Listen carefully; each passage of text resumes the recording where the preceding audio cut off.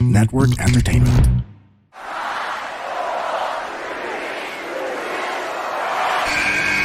Who's ready for story time? What's going on? This is Xavier Woods, aka Austin Creed. Let me talk to him. Hello, WWE Universe in the Philippines. This is Charlotte. Hey everyone, this is Jeff Cobb. I have to finish the story. We are pretty deadly. Yes, boy. Yes, boy. Run! Bang! The sniper is shooting you down. This is TMDK's Robbie Eagles. Hey, this is the Cosmic Cactus, Paul London. Hello, my name is Ilya Dragunov, the Czar, the NXT champion, and you're listening to... And you're listening to... And you're listening... And you are listening... And you're listening to the Wrestling Podcast. The Wrestling Podcast. The Wrestling Podcast. The Wrestling Podcast. To the Wrestling Podcast. Yeah.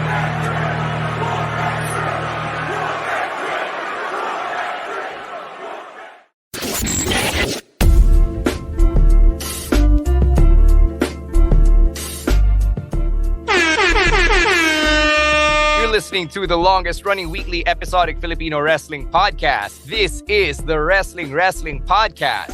Stan C, Romoran, and Emile Nate checking in on our Weekend Reactions episode. And, well, it's not as packed as our normal Weekend Reactions episodes, pero ang dami pa rin nangyari, dami pa rin pag-uusapan. So, first off, I gotta say thanks to you guys for holding down the fort nung last live stream. You guys actually sounded really good. So, I had fun. I had fun listening to your takes while I was on the road over the weekend. So, thank you for holding down the fort.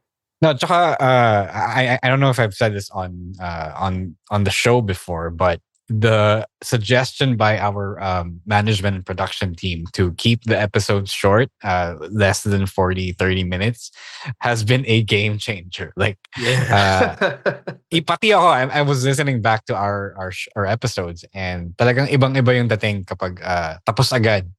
You know, it sounds weird. I mean, there's a lot to listen to if you look at your list on Spotify or wherever you listen to shows, but because you get through it so fast, parang hindi na siya ganun ka daunting.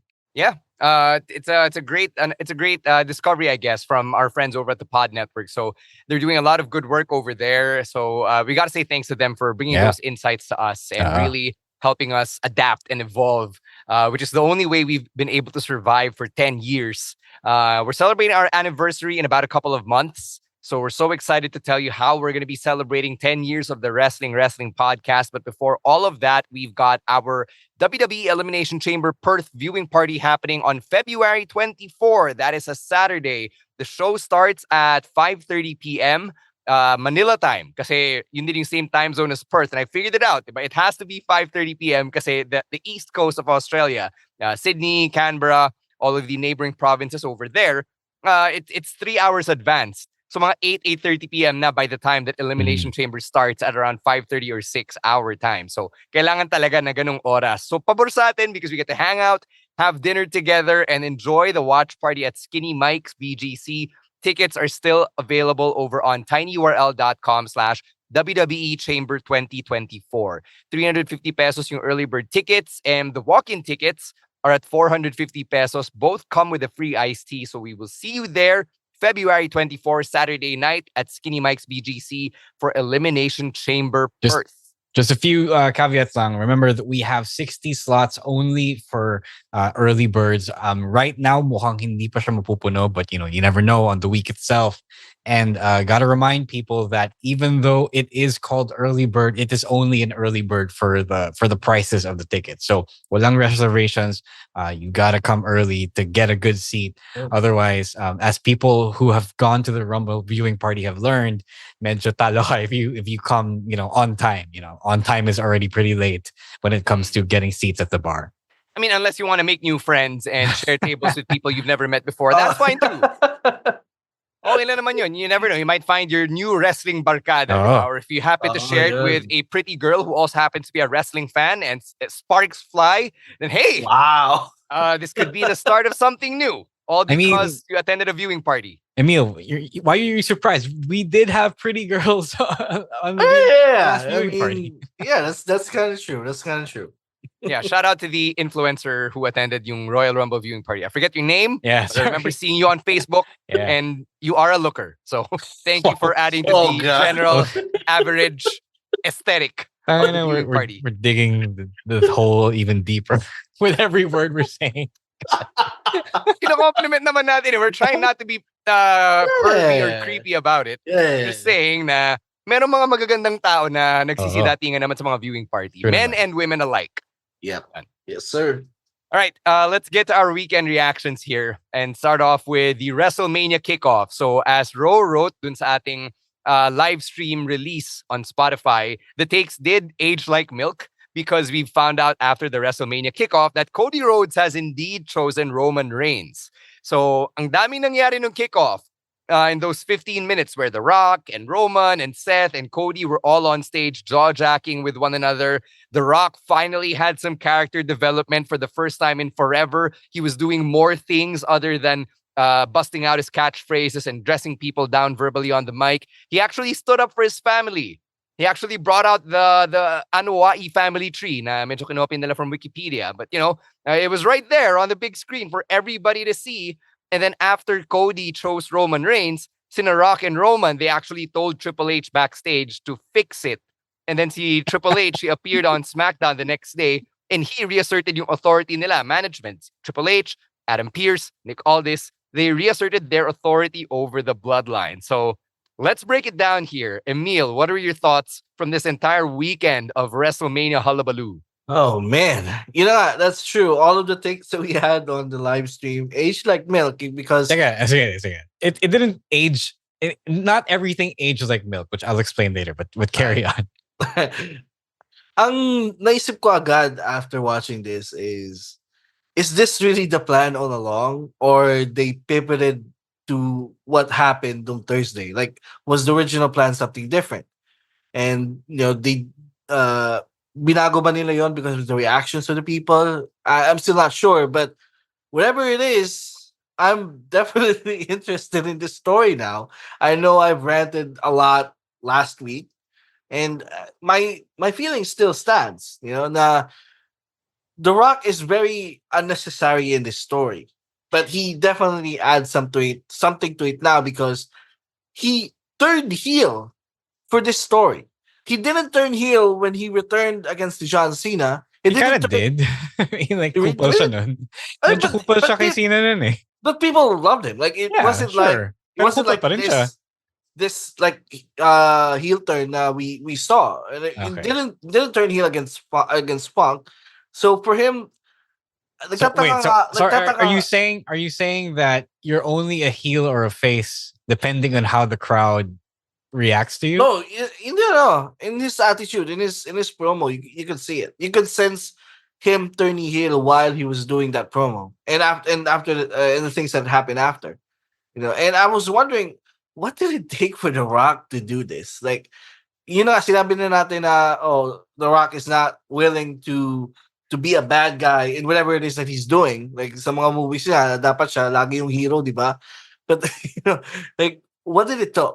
And whatever it is, I applaud them. They may have pivoted into something good here. Like, I'm still watching it for it week by week, but that thing that they did on Thursday, definitely something that made me interested in that story.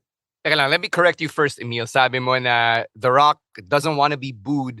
That actually conflicts with the reports coming out of the kickoff where sabi ng mga reporters that The Rock actually doesn't mind whether he gets booed because all he cares about are the reactions. And as long as people are reacting and are invested in this WrestleMania build, then that's okay with him. Okay, that's fair. But to that point, though, I'm sure he wasn't expecting how it was going to turn out. Like, I don't think he came into that with that expectation that people don't actually want to see me insert myself into the the WWE Championship picture or the WrestleMania main event picture, and that's why I say na hindi lahat ng takes natin aged like milk. Like, I think the take that this was a last minute decision and not a weird master plan that they strategized way before the Royal Rumble. as Dave Meltzer was implying, I don't think that was the case. Because if you look at the twists and turns, like even noted wrestling personalities have pointed out the twists and turns. They don't make sense at all. Una, you have Cody win, diba? And then that seems to be your plan, right? It seems to be your course correcting, or you're living out the long game. You're playing the long game, finally making it happen from last year's WrestleMania. And then all of a sudden, The Rock makes Cody give up his shot because reasons, diba? And then everyone gets mad, and then Cody goes back and changes those reasons and goes back to his original plan. So how does any of this make sense? It's good that they're flexible. Yes, it took them really, really quickly compared to Vince McMahon's 3 months or so of the road to WrestleMania, diba? Kudos to them for especially if Rock has a hand in creative. Kudos to him kung bigla siyang kumabig just to accommodate the whole thing, because I'm sure he might have sensed na the entire fan base would revolt if they continue down the path, as Triple H had referred to. So it's strange, but now we're back on the right track. And ngayon, we did get a couple of good things. We got, what people wanted. Cody's challenging again. We got, as Stan mentioned, character development for The Rock. For once, he isn't this juvenile frat boy whose main gimmick is coming up with funny things for the crowd to chant and directing them like a conductor. Diba? Ngayon, may acknowledgement na siya na, he is a part of the Anoa'i family. He's not just the Hollywood guy. He's not just a big star. He's not just the people's champion. Now there is finally depth to his personality and who he is. And I like that. I enjoy that a lot. Then we now have our first both authority conflict in the Triple H era. I guess it was bound to happen. So it all worked out. And I'll give them credit for being able to pivot really quickly after hearing everyone's reactions. Because if we were stuck in the Vince era, we would not have gotten this good treatment, right? Not until a long, long time. You guys want to see this supposed tag team match between The Rock and Roman Reigns versus Cody Rhodes and Seth Rollins? Because people are saying that I think they just set up the WrestleMania Saturday main event here. Hell yeah. I don't mind that. Yeah, that's pretty good. Sorry, go ahead. I want to see that. I mean, you'll get that. It's like, diba, they're celebrating WrestleMania 14. It's, throwing it back to WrestleMania 1, which was the main event was a tag team match. So might as well do it in night 1, diba? Yeah, it's actually not bad. Diba, I mean, The Rock did say or somebody reported that the part of his deal to come back and be part of the TKO board was to have a main event at WrestleMania. Didn't say what night it was supposed to be. So, okay, I don't mind that. The drama has been built. People, they got in each other's faces. Rock slapped Cody, and then they had a good story going on. Okay yung suddenly naging defender siya ng Bloodline. So, yeah. So I don't mind that. And that's if Rock wants the moral victory, sure, go ahead. Pin the two of them. That sets up Cody for a doubtful night 2 where he's gonna overcome like the Chiefs. So I really loved yung kickoff because of the panels. Michael Cole, Pat McAfee, Biggie, and CM Punk. Great to see Biggie back on WWE programming. I loved it when he said, "I'm just here so Punk doesn't get fired." Obviously, we knew what that was referring to. And then Punk himself was actually a breath of fresh air because he was saying a lot of the things that we as the thinking fans, we as the audience, have been saying in our little circles and group chats and Discord servers. For one thing, I loved yung point I love that Punk pointed out na bakit si Roman yung pumipili ng opponent niya. He didn't throw me over the top rope. The Rock didn't throw me over the top rope. The Rock doesn't get to choose yung opponent. Cody Rhodes threw me over the top rope at the Royal Rumble. Di ba dapat nasa kanya yung karapatan na mamili nung main event ng WrestleMania? So that was a great point that nobody really addressed until that moment. Tsaka, I think the problem is we don't understand why Cody initially gave up yung title shot niya, or appeared to give up his title shot, diba? So that adds a little more confusion to the whole thing, diba? So not only does Cody have the right, but we don't know why he gave up that right. Yeah, marami pang butas talaga in this story, honestly. Like, For one, why is Rock and Roman suddenly buddy-buddy again? And second, yun na nga, they Kasi never... insulto yung pamilya nila. But Cody called on The Rock as a rest back to Roman. Oh nga, exactly, yeah. Diba? Until he insulted the family. Yeah, but Punk is the voice of the voiceless for a reason. And he pointed out things that, we were saying. And, that's kudos to him, I guess. But there were so many plot holes na I am convinced na they really changed it on the fly. Mm-hmm. Any other thoughts on this main event situation for WrestleMania, or do you want to move on to another thing I want to talk about from the kickoff? We have 2 months to talk about the main event, so I think we got it all out of our systems. So we got what we wanted, or people got what we wanted. Really quickly, sorry, I just wanted to address because we talked about this in Discord over the weekend, right? So also Dave Shoemaker also brought it up last week on the Masked Man show. And he said that there were people, and I've seen one person that we know, who did say that they wanted to see Rock versus Roman Reigns. Yeah. And the person we know, actually our friend Waki Mendoza, we know he's a Attitude Era fan, diba? So that's totally fine. He's an old fan. There are a lot of anecdotes about how lapsed fans are suddenly interested again. Kasi The Rock is back, and he's apparently the old 90s Rock, or the 2000s Rock, the Attitude Era Rock. And then I'm like, who cares about you guys? Why should we cater to the lapsed fans? Like, yes, they are money, and maybe some of them are big money kasi matanda na sila and they have a lot of purchasing power, but they're not the fans who are gonna tune in again tomorrow after the Raw after Mania. Kasi for sure, I don't know, or the week after Mania. So I'm sure The Rock won't be there the week after Mania, right? Parang, who gives a fuck about you guys? Like, why should anyone cater to the fans who left the product and have judged people who still like the product because yung mga kakilala nila wala na, diba? But di ba nakaka-insulto yun sa mga di man lang hardcore fans, just casual fans who do tune in regularly, not even week to week, but regularly, and are abreast of what's going on, diba? And like what's going on. So if you're a lapsed fan listening to this and you like the idea of The Rock being back, like, who cares about you? I don't want to cater to you.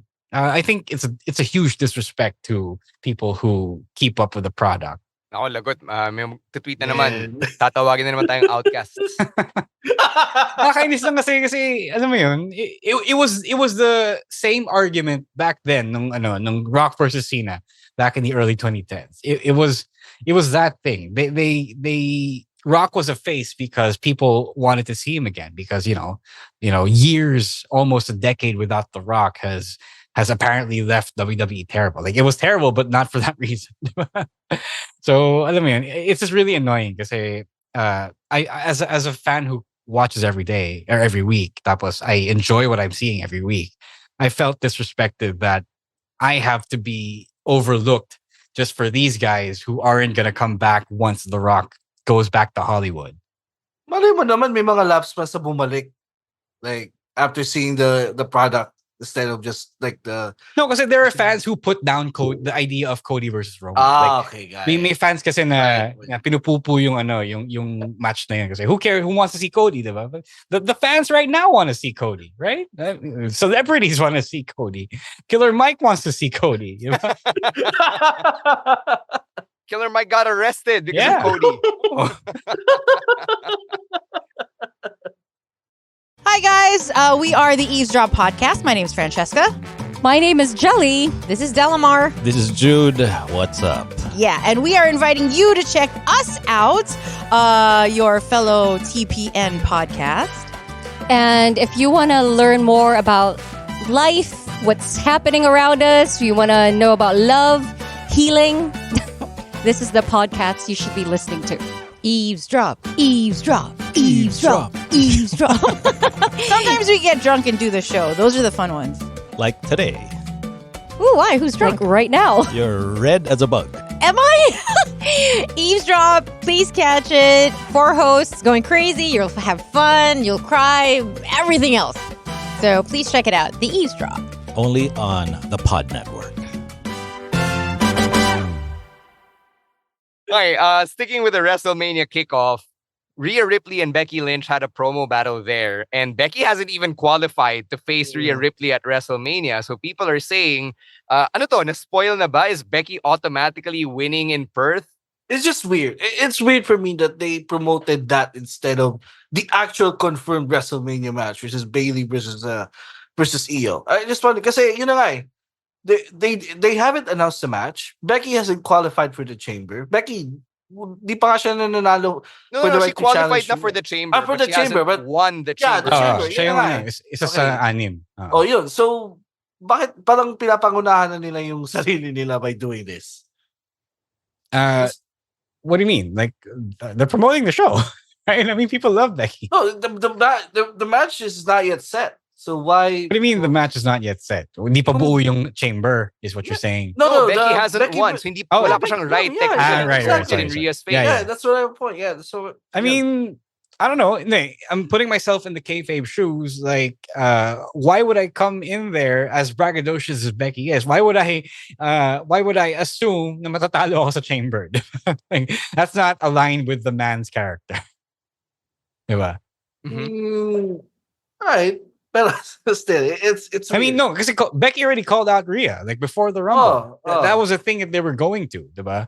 And obviously now that Bailey's challenged Io, yes, it's giving it away. But the fact the moment Becky started that story, they kind of were giving it away. And it is the match you are. A lot of people are most interested to see. Yeah, it makes me wonder what they're gonna do with Bianca Belair. That's someone who's not involved in either women's championship storyline heading into WrestleMania.